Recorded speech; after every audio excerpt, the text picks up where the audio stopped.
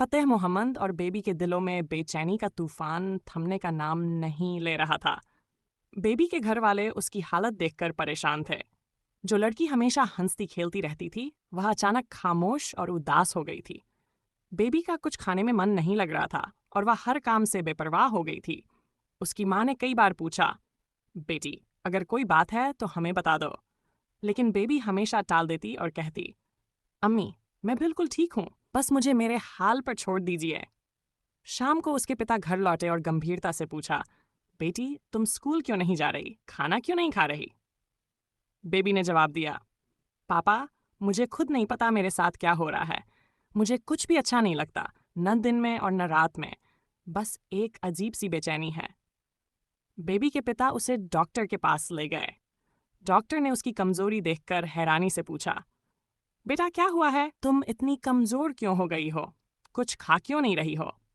Baby ने झिझकते हुए कहा, डॉक्टर साहब, मुझे खुद नहीं पता, बस दिल घबराया रहता है। डॉक्टर ने कुछ दवाइयां दी, लेकिन वे भी बेअसर रहीं। बेबी का हाल देखकर उसकी माँ ने फिर पूछा, बेटा, आखिर बात क्या है? क्यों परेशान हो? लेकिन बेबी के पास कोई जवाब नहीं था। एक दिन वह गांव में उस जगह पहुंची जहां कभी फतेह मोहम्मद से मुलाकातें होती थीं। उसने हर तरफ देखा, जैसे उम्मीद कर रही हो कि शायद फतेह वहीं मिल जाए। उसी वक्त उसकी छोटी बहन ने पूछा, दीदी, क्या देख रही हो? बेबी ने गहरी सांस लेकर कहा, कुछ नहीं, बस यहाँ की यादें देख रही हूँ। लेकिन उसके दिल में तूफान चल रहा था। वह सोच रही थी, काश फतेह अभी मेरे सामने आ जाए। उधर फतेह मोहम्मद भी बेचैनी में जी रहे थे। परिवार से झगड़े और आपसी तनाव ने उनकी हालत और बिगाड़ दी थी। उन्हें न दिन में चैन था, न रात में सुकून। आखिरकार उन्होंने फैसला किया कि अब कुछ करना होगा। फतेह ने अपने चाचा से मिलकर योजना बनाई और कहा, हमें हमारा हिस्सा दे दीजिए। उनकी योजना काम कर गई। चाचा से झगड़ा करने के बाद फतेह को रातों रात घर छोड़ना पड़ा।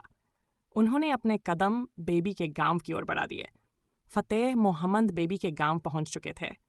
क्या अब उनकी बेचैनी खत्म होगी? क्या उनकी मुलाकात इस बार उनका हाल ए दिल बयां कर पाएगी? ये प्रेम और अधूरी चाहत की कहानी अपने सबसे अहम मोड़ पर आ चुकी थी।